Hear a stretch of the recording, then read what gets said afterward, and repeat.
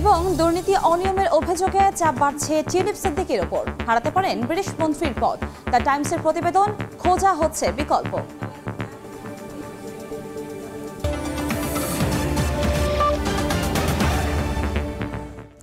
আন্তর্জাতিক সময়ের সঙ্গে আছি আমি কনক আজাদ। লস অ্যাঞ্জেলেসে দাবানলে বেড়ে চলেছে ক্ষয়ক্ষতির পরিমাণ। 135 থেকে 150 বিলিয়ন মার্কিন ডলার পর্যন্ত ক্ষয়ক্ষতির আশঙ্কা করা হচ্ছে। দাবানলের ঝুঁকিতে আছে আর অন্তত 4.5 লাখের বেশি বাড়ি, যার আর্থিক মূল্য প্রায় 300 বিলিয়ন ডলার। এরই মধ্যে পড়ে গেছে প্রায় 31,000 একর এলাকা, ধ্বংস হয়ে গেছে 6,000-এর বেশি স্থাপনা। পুড়ে যাওয়া বাড়ির সামনে এভাবেই আবেগাপ্লুত হয়ে পড়েন লস অ্যাঞ্জেলেসের আল্টাডেনা এলাকার বাসিন্দা হেলিয়ট। সাজানো গোছানো ঘরের এমন অবস্থা দেখে নিজের চোখকেই যেন বিশ্বাস করতে পারছেন না তিনি। হেলির মতো এমন হাজারো বাসিন্দার ঘর পড়েছে ক্যালিফোর্নিয়ার দাবানলে। ছাই হয়েছে সাজানো বাগান ও গাড়ি। নিজেদের বাড়ির সামনে এসে অনেকেই চিনতে পারছেন না পরিচিত আঙিনা। ক্যালিফোর্নিয়ার ইতিহাসের সবচেয়ে ভয়াবহ আগুনে ধ্বংস হয়ে গেছে হাজার হাজার একর এলাকা। পুড়ে ছাই হচ্ছে একের পর এক স্থাপনা। বেসরকারি তথ্য অনুযায়ী দাবানলে অর্থনৈতিক ক্ষতির পরিমাণ 13,500 কোটি থেকে 15,000 কোটি মার্কিন ডলার পর্যন্ত হতে পারে। মার্কিন আবহাওয়া পূর্বাভাস সংস্থা অ্যাকুওয়েদার বলছে আগুনে বেশ কিছু বিলাসবহুল বাড়িও ধ্বংস হয়েছে, যেগুলোর গড় মূল্য 20 লাখ ডলারেরও বেশি। বিদ্যুৎ বিচ্ছিন্ন হয়ে পড়েছে অন্তত 3.5 লাখ বাড়িঘর ও ব্যবসা প্রতিষ্ঠান। দাবানলের কারণে বিমাজনিত ক্ষতির পরিমাণ প্রায় 10 লাখ বিলিয়ন ডলার অনুমান করছে ব্রোকারেজ ফার্ম জেপি মর্গান। সম্পত্তি পরামর্শদাতা সংস্থা কোরলজিকের অনুমান, লস অ্যাঞ্জেলেস এবং রিভারসাইড মেট্রোপলিটন এলাকায় প্রায় 300 বিলিয়ন ডলার মূল্যের 4,56,000-টিরও বেশি বাড়ি ঝুঁকিতে আছে। এদিকে ক্যালিফোর্নিয়ার দক্ষিণাঞ্চলের ক্ষয়ক্ষতি পূরণে এবং জীবনযাত্রা ও সম্পত্তি রক্ষায় আগামী 6 মাসের সব খরচ বহন করবে ফেডারেল সরকার। এর মধ্যে ধ্বংসাবশেষ সরানো, বিপদের ঝুঁকি কমানো থেকে শুরু করে জানমাল রক্ষার তহবিল গঠনও অন্তর্ভুক্ত রয়েছে। অন্তরা সেন, সময় সংবাদ।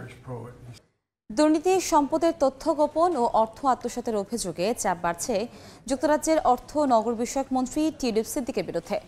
ব্রিটিশ গণমাধ্যম দ্য টাইমসের দাবি, তাকে মন্ত্রিত্ব থেকে সরিয়ে দিতে পারেন প্রধানমন্ত্রী কিয়ার স্টারমার। অন্যদিকে দ্য টেলিগ্রাফের এক প্রতিবেদনে দাবি করা হয়, গেল ব্রিটিশ নির্বাচনে লেবার পার্টির সমর্থনে প্রচার চালিয়েছেন দেশটিতে অবস্থানরত আওয়ামী লীগের নেতাকর্মীরা। একের পর এক অভিযোগ উঠছে ব্রিটিশ মন্ত্রী টিউলিপ সিদ্দিকের বিরুদ্ধে। এতে সমালোচনার মুখে পড়েছে ক্ষমতাসীন লেবার সরকার। শুক্রবার এক বিশেষ প্রতিবেদন প্রকাশ করেছে দ্য টাইমস। গণমাধ্যমটির দাবি, দুর্নীতি, সম্পদের তথ্য গোপন ও অর্থ আত্মসাতের অভিযোগে চাপ বাড়ছে যুক্তরাজ্যের অর্থ ও নগর বিষয়ক মন্ত্রী টিউলিপের উপর।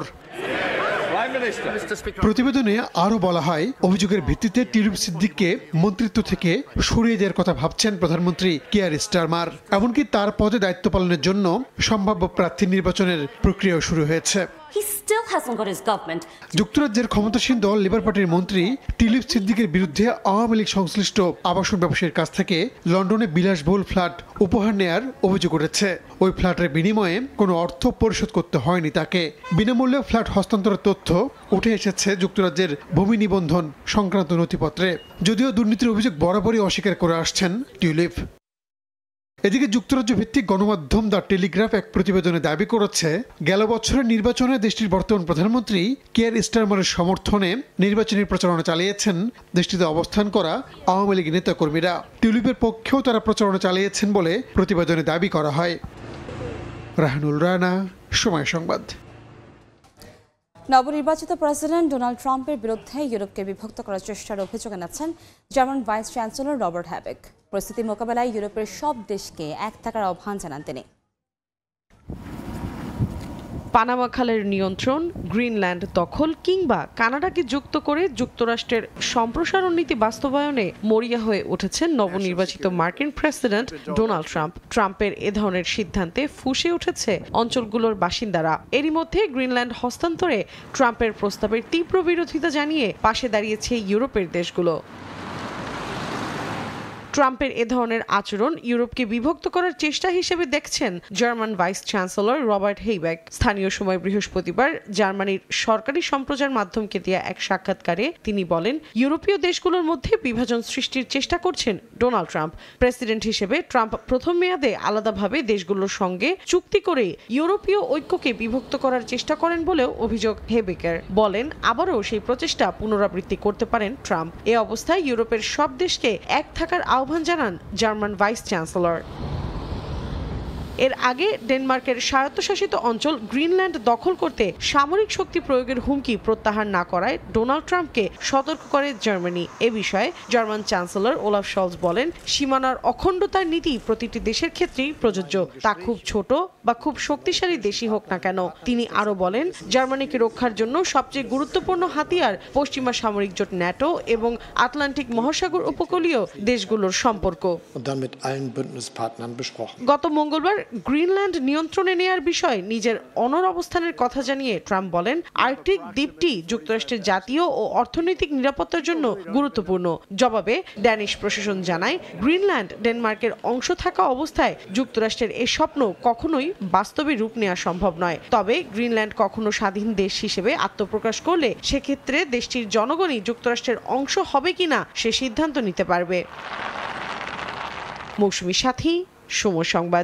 পর্যটক শূন্য হয়ে পড়েছে ভারতের কলকাতা। ভেঙে পড়েছে শহরের একটি বড় অংশের অর্থনীতি। বন্ধ হওয়ার মুখে বাংলাদেশি পর্যটক নির্ভর ব্যবসা বাণিজ্য। বাধ্য হয়ে নতুন ব্যবসার খোঁজ করছেন অনেকে। কলকাতার ক্ষতিগ্রস্ত ব্যবসায়ীদের দাবি, দ্রুত বাংলাদেশি পর্যটকদের ভিসা দেওয়া শুরু হোক। বিশ্বজিৎ দাসের ক্যামেরায় বিস্তারিত জানাচ্ছেন সুব্রত আচার্য। নতুন বছরের শুরুতে বন্ধ ভারতের কলকাতার নিউ মার্কেট এলাকার হোটেলগুলো। হাতে গোনা যায় এমন সংখ্যক বাংলাদেশি পর্যটকই রয়েছেন এই শহরে। যে কক্ষের ভাড়া ছিল 2000-এর ঘরে, তা এখন এসে দাঁড়িয়েছে 600 রুপিতে। তবু মিলছে না ক্রেতা। ফাঁকা খাবারের দোকানগুলো। তলানিতে নেমেছে কলকাতা ঢাকা কলকাতা রুটের বাস যাত্রীর সংখ্যা। প্রতিদিন যেখানে 30 থেকে 35টি বাস চলাচল করত, তা এসে দাঁড়িয়েছে 5 থেকে 10টিতে। আগে 2-3 গাড়ি করে 3 গাড়ি করে সিরিয়াল ছিল, এখন 1 গাড়ি করে যাচ্ছে। ভিসা দিচ্ছে, টুকটাক করে আসছে, আগের পুরনো ভিসা নিয়ে এভাবে চলছে। মধ্য কলকাতার নিউ মার্কেট এলাকায় রয়েছে Sudder street, Marquis street, Mirza Ghalib street, Rafi Ahmed কিরে স্ট্রিট সহ গুরুত্বপূর্ণ 10 থেকে 12টি সড়ক। আর এই রাস্তাগুলোর দুই পাশে শত শত ছোট বড় ব্যবসা প্রতিষ্ঠানও রয়েছে, যেগুলো বেশিরভাগই বাংলাদেশি পর্যটকদের ওপর নির্ভরশীল। ভিসার মেয়াদ শেষ হয়ে গেছে, আবার কবে ভিসা পাবো সেটা আমরা জানি না। বাংলাদেশ যেটা আসছিল সেই ব্যবসাটা হচ্ছে টোটালি বন্ধ, স্টপ। কিছু তো এফেক্ট পড়ছে, তাদের সাথে আমরা কথা বলছি ইন্ডিভিজুয়াল, এবং কিভাবে এটাকে রিকভারি করা যায় এবং সে নিয়ে অনেক আলোচনা হচ্ছে। তথ্য বলছে, ঢাকায় ভারতীয় হাইকমিশন গত বছরের আগস্ট থেকে পর্যটক ভিসায় কড়াকড়ি আরোপ করেছে। ব্যবসায়ীরা বলছেন যে অবস্থা তারা দেখছেন সেটা সর্বকালের দুরবস্থা। কবে হবে এই দুরবস্থার উত্তরণ, সেটাই এখন কোটি টাকার প্রশ্ন। কলকাতার মার্কুই স্ট্রিট থেকে সুব্রত আচার্য, সময় সংবাদ। তীব্র শীতে জবথব যুক্তরাজ্যের জনজীবন। এর মধ্যে তুষারপাতে ঢাকা পড়েছে রাস্তাঘাট। বিপাকে পড়েছেন রাতে চলাচল করা গাড়ি চালকরা। বুকস্টন, ইস্ট মিডল্যান্ড সহ বেশ কয়েকটি শহরে বেড়েছে শীতের প্রকোপ। হার্ট অ্যাটাক, স্ট্রোকের ঝুঁকি নিয়ে জারি করা হয়েছে স্বাস্থ্য সতর্কতা। অনবরত তুষারপাতে ঢেকে গেছে রাস্তাঘাট ও বাড়িঘর। অতিরিক্ত বরফ জমে স্থবির হয়ে পড়েছে জনজীবনে। গেল এক সপ্তাহ ধরে চলমান তুষারপাতে বিপর্যস্ত যুক্তরাজ্যের বেশ কিছু অঞ্চল। কিছু কিছু এলাকায় তাপমাত্রার পারদ নেমেছে হিমাঙ্কের 20 ডিগ্রি সেলসিয়াস নিচে। তীব্র শীত এবং ভারী তুষারপাতে কঠিন হয়ে পড়েছে দৈনন্দিন জীবনযাপন। বিপজ্জনক হয়ে উঠেছে সড়কগুলো। বেড়েছে শীতকালীন স্বাস্থ্য ঝুঁকিও। এর মধ্যেই 60টিরও বেশি বন্যা সতর্কতা রয়েছে, তবে এখন বড় ধরনের বন্যার ঝুঁকি নেই। আমি এখনো পায়ে হেঁটে চলতে পারছি, কিন্তু আমি এক সপ্তাহ ধরে গাড়ি বের করিনি। আমরা ভয়াবহ সমস্যার মধ্যে আছি। রাতে গাড়ি চালকরা বিপাকে পড়ছেন। ইংল্যান্ডের বেশিরভাগ অঞ্চলে উচ্চস্তরের শীতকালীন স্বাস্থ্য সতর্কতা জারি করা হয়েছে। যুক্তরাজ্যের স্বাস্থ্য সুরক্ষা সংস্থা বলছে, এই সময় হার্ট অ্যাটাক ও স্ট্রোকের ঝুঁকি বেড়ে যেতে পারে। উত্তর আয়ারল্যান্ড ও স্কটিশ হাইল্যান্ডে যেসব এলাকায় তুষারপাত হচ্ছে সেসব এলাকার জন্য হলুদ সতর্কতা জারি রয়েছে। এছাড়া দক্ষিণ ইংল্যান্ড এবং দক্ষিণ পূর্ব ওয়েলসের জন্য বরফ সতর্কতা 15 জানুয়ারির ভোর পর্যন্ত থাকবে বলে জানিয়েছে কর্তৃপক্ষ। নাদিম মারজান, সময় সংবাদ। দেখছেন আন্তর্জাতিক সময়। 2024 সাল ছিল ইতিহাসের সবচেয়ে উষ্ণতম বছর। গেল বছর বিশ্বব্যাপী গড় তাপমাত্রা অস্বাভাবিক হারে বৃদ্ধি পেয়েছে। বায়ুমণ্ডলের গড় তাপমাত্রা পৌঁছে যায় 1.5 ডিগ্রিতে। নিয়ন্ত্রণে আনতে প্রয়োজনীয় পদক্ষেপ নেওয়ার পরামর্শ দিয়েছেন বিজ্ঞানীরা। প্রতিনিয়ত বাড়ছে পৃথিবীর তাপমাত্রা। বিশেষজ্ঞরা বলছেন 2024 ছিল 1,25,000 বছরের মধ্যে উষ্ণতম বছর। গেল 10 জুলাই ছিল ইতিহাসের সবচেয়ে উষ্ণ দিন। এমনকি গেল 10 বছর ছিল পৃথিবীর সবচেয়ে উষ্ণতম সময়। বিশ্ব আবহাওয়া সংস্থা ও ইউরোপীয় কমিশনের কোপার্নিকাস ক্লাইমেট সার্ভিসে এ তথ্য উঠে এসেছে। উষ্ণায়নের প্রধান কারণ হিসেবে জীবাশ্ম জ্বালানির ব্যবহারকে চিহ্নিত করছেন বিজ্ঞানীরা। এছাড়াও প্রাকৃতিক এল নিনোর প্রভাবও তাপমাত্রা কিছুটা বাড়িয়েছে বলে ধারণা তাদের। সেই সঙ্গে NASA national oceanic and atmospheric অ্যাডমিনিস্ট্রেশনের প্রতিবেদনেও 2024 সাল সবচেয়ে উষ্ণতম বছর হওয়ার তথ্য উঠে এসেছে। প্রকাশিত গ্লোবাল ক্লাইমেটস হাইলাইটস 2024-এ দেখা গেছে সালটি ছিল ইতিহাসের উষ্ণতম বছর। বিশ্বব্যাপী গড় তাপমাত্রা অস্বাভাবিক হারে বৃদ্ধি পেয়েছে। আবহাওয়াবিদদের শঙ্কা, বায়ুমণ্ডল ও সমুদ্রতল দুই জায়গারই তাপমাত্রা বেড়ে যাওয়ার কারণে এর ফলাফল ভয়াবহ হতে পারে। একদিকে যেমন ঘূর্ণিঝড় ও অন্যান্য ঝড়ের সংখ্যা বাড়বে, অন্যদিকে বৃদ্ধি পাবে তাপপ্রবাহের পরিমাণ। সেই সঙ্গে বাড়তে পারে অতিবৃষ্টি ও অনাবৃষ্টির প্রভাব। তবে বিজ্ঞানীদের তথ্য মতে 2025 সাল 2024 সালের মতো এতটা উষ্ণ নাও হতে পারে। অর্জিতা শাহজিন, সময় সংবাদ।